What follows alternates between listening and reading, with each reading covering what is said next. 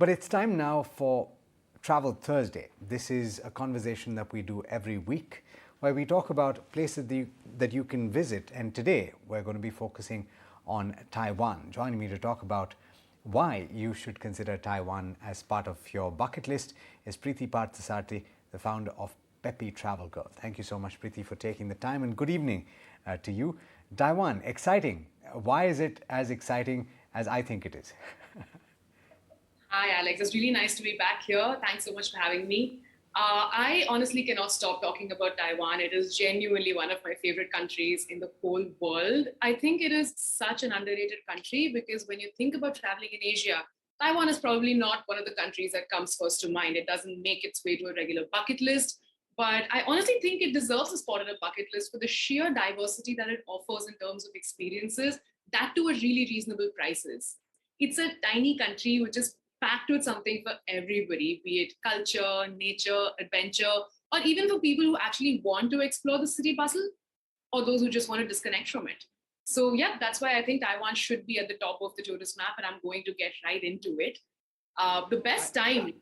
Before we do that, we'll talk about all of these aspects. But you were just going to point out the best time to get there. But I think beyond that as well, let's also talk about how much it would cost to get there in the first place, and we'll talk about individual aspects once we do discuss the travel plan. Right, of course. So to get to you basically get to Taiwan with a stopover flight from Thailand. At least this was the case before the pandemic, and Taiwan hasn't opened up yet. But once it does, this would be the route that you'd be taking. There are stopover flights from Thailand that would get you there, and it costs roughly around 30,000. Again, these prices are what we are looking at 2 years ago. So I'm assuming once things open up, it would maybe be around the same or slightly higher. That's how much it would cost to get from a Bombay to Taiwan. Okay, so and you were talking about the best time to get there. So Yeah. 30,000 to just get to Taiwan. I would assume that it's double that for a round trip. Correct? Is that right? Or is it No, 30? this is a round trip that I'm talking Lovely. about. So it's a really affordable place to visit as well. So what's the best time to go there? And once you get there, where do you land and what's your itinerary like? Right. So you take a flight and you land directly in Taipei. And that's where the major international airport is. So your journey would be starting from the capital region itself. The best time to visit Taiwan would be famously during spring because that's when the cherry blossoms are in bloom and you would see clouds of pink lining every street. And I think that is something that people really want to see. The autumn season is also a beautiful time because we're talking about red golds that basically define the season. But that said, honestly, there's no bad time to visit Taiwan. The winter months are actually great to pay a visit to the hot springs, explore the southern coastline where the water will be warm enough to actually take a swim. But what you might want to skip is the monsoon season because the summer months, June to September, is when there are a lot of typhoons. So while a lot of people say this is the authentic way to actually experience Taiwan, I'm assuming as travelers, one might want to skip that season. So we still have like a good window. And as always, I would recommend shoulder season, which would be October and the month of May, which always means lower prices, emptier places. Even if there's a slight chance of inclement weather, we're still getting a really great deal. I would Once we get, Sorry, please go ahead. Yeah, no, I was just getting to the second part of your question, Yeah. which is where does it go from there? Yeah. We land in Taipei, and I have to say that Taipei deserves time of its own, even if one wants to really escape the city hustle, looking for something more tranquil and offbeat. I think Taipei really deserves time because it offers a glimpse into what life in Taiwan is really like, in terms of history, culture, lifestyle, variety in terms of food, shopping. Taipei is basically a cultural melting pot, and you'll get to experience Buddhism, Confucianism, Taoism through the different temples here. And it's so insightful for anybody who's really looking for cultural immersion. There are also plenty of monuments in the city where one can really understand the city's history. And I think that's a great way to really familiarize yourself with a country that you've just visited or just landed into. Another thing Taipei is really famous for is its night markets. And these are the places where you can score some fantastic deals, cheap, high quality clothing, amazing local food, arcade games. For those of us looking to pick up electronics, I think there are great deals on cameras, lenses, laptops, mobile phones, you name it. Taipei is also a fantastic springboard to take a few day trips. So, if you want to go to Shifen to see the famous waterfall and the floating lanterns, Jufen to take a walk in the old street and have local food, the Bay2 hot springs to really experience the hot springs that Taiwan is so famous for. I think Taipei actually bundles all of this in a power packed itinerary, and it's a fantastic place to really start your trip. Okay, so so you've landed in Taipei, you've experienced such a lot already. How Yeah. much time would you recommend that you spend in Taipei? Is travel very easy to do there? What do you need to bear in mind in terms of currency? And where do you go from Taipei?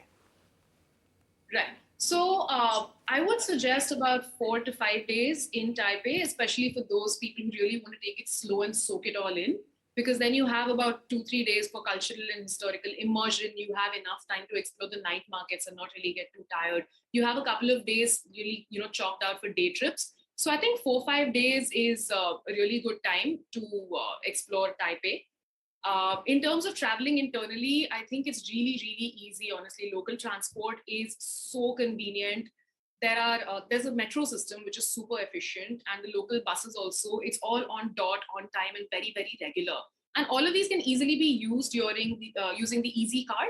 So you can just get an Easy Card when you land at Taipei Airport, and then you can just hop into the metro at the airport itself and go to your accommodation. And I think there are so many stations and bus stops that wherever you're staying, there's always going to be some amount of connectivity right next to you.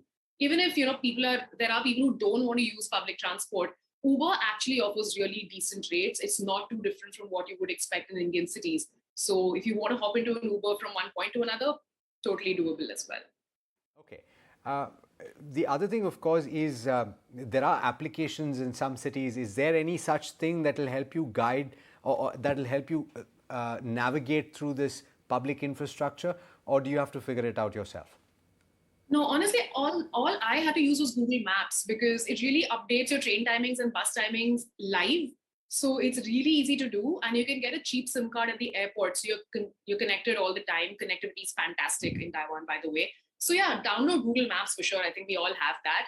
Uber, if you're really using Uber, and I think one app that you would genuinely need is Google Translate because there is a bit of a language barrier in Taiwan, and especially if you need to communicate something really important. Like for me, it was no meat because I don't eat meat, and Taiwanese food has a lot of meat. So I needed the app on me all the time just to show them that this is what I mean. So these are the three apps that I would recommend. Nothing beyond that you need to download. It's all taken care of in this infra. Have any difficulty though, because I would think that a lot, like you mentioned, a lot of the food has meat in it. Did you find enough to go by? Did you have enough of a culinary experience?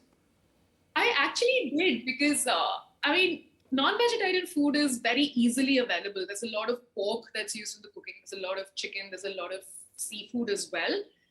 But again, it depends on how you're communicating. So if you do go to a local joint and you tell them that you don't want meat, they can actually prepare, say, a noodle dish which would usually have a little bit of seafood in it. They would just probably give you something with vegetables. So you can still taste the local cuisine. You just have to be very specific, and it does take a little bit of an effort to go looking for this.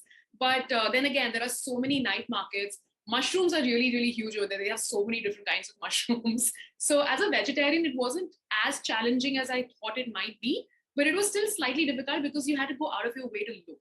So if you make that effort, I think you're definitely going to have an immersive experience. You just need to look for it.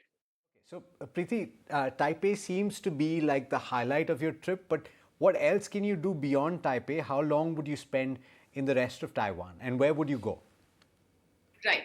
So the second destination that I absolutely fell in love with was Taichung, which is a must visit for anybody even remotely interested in art. And I mean any and all kinds of art. I'm not talking about anything too fancy. I'm literally talking about stuff like street art, martial arts, anime, cartoons. So Taiwan has this really fun culture of turning these industrial complexes into artistic hotspots. Like you will literally see silos that have been painted. It's really fascinating.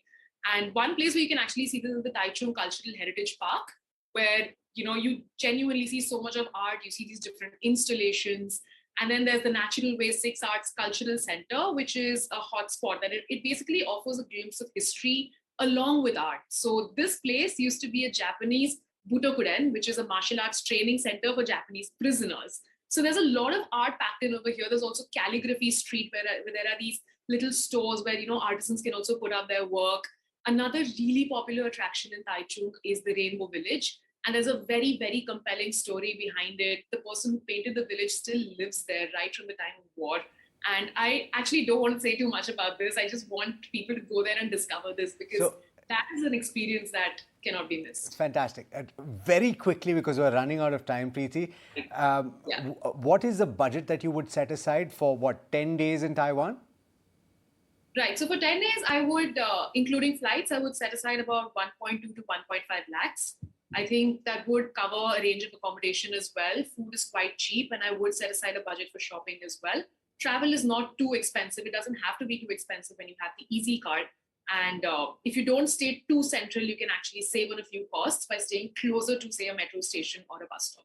So this is how much I would think it would cost. Fantastic. I'm definitely going to visit Taiwan. Thank you so much for taking the time, Preethi. Always a pleasure. Thanks, Alex.